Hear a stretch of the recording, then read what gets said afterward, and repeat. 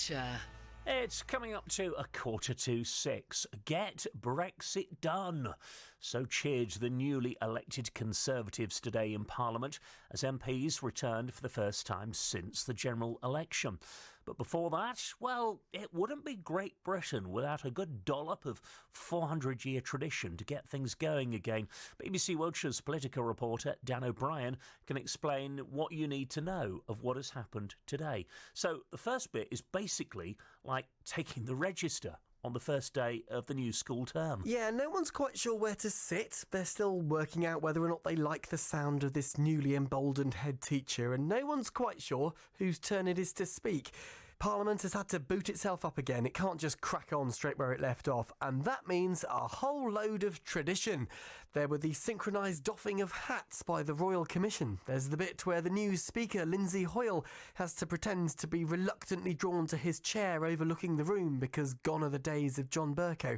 Then all the MPs, the Prime Minister and the Leader of the Opposition all have to swear allegiance on whichever religious book they choose.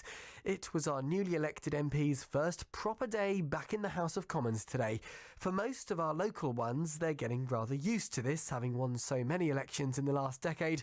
But for one, it was all brand new. The Conservative for Devizes, Danny Kruger, is our one new MP, having taken over from Claire Perry, who quit before the election. You know, it's a weird place, you know, we knew that already.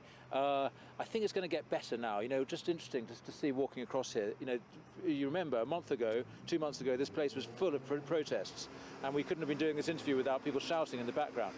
And now peace has broken out in British politics and we are going to move forward. Once they got through all those formalities, of course, the small matter of actually running the country presumably has to start at some point.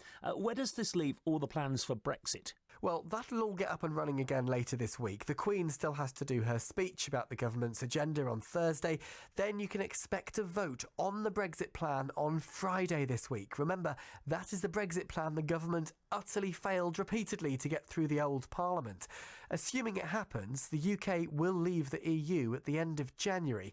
But while that seals the divorce, it doesn't sort out the visiting rights. That's the future relationship. And then the countdown starts on that, with the current deadline of December next year to sign off on any new trade deal. But we also now know the government is to add a new clause to the Brexit law to rule out extending that deadline beyond the end of next year. Critics say this raises the chance of the UK leaving the EU without a trade deal at the end of all this. Trade deals typically take many, many years to conclude, but senior members of the Cabinet have insisted the UK and EU were committed to reaching an agreement by the end of 2020 to avoid any disruption to both their businesses.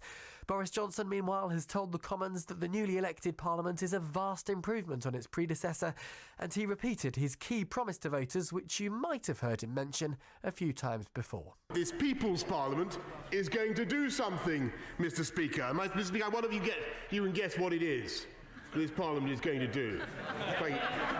What are they going to do? Mr. Speaker, not paying attention. Mr. Speaker, I wonder if you can guess what this Parliament is going to do once we put the withdrawal agreement back. We're going to get Brexit done. Labour's leader Jeremy Corbyn also spoke, warning Mr. Johnson that he'd made many, many promises to voters and now has to deliver on them. And do we know any more yet about who might replace Jeremy Corbyn as leader of the Labour Party? Well, no, at the moment we don't. We know he is expected to go by March next year after what was the worst election for Labour since the 1930s. But he won't go straight away, so people expected to start vying to replace him have started setting out their stalls, although none of them officially have done so yet. Current Shadow Chancellor John McDonnell has ruled himself out of the contest and says he wants the party to pick a female leader. So far, there are more women than men included in the possible runners and riders in the race. Among them, Rebecca Long-Bailey, Angela Rayner, Jess Phillips, Emily Thornberry and Keir Starmer. We expect a date for Labour members to elect Corbyn's successor to be set early in the new year. BBC Wiltshire's political reporter Dan O'Brien now.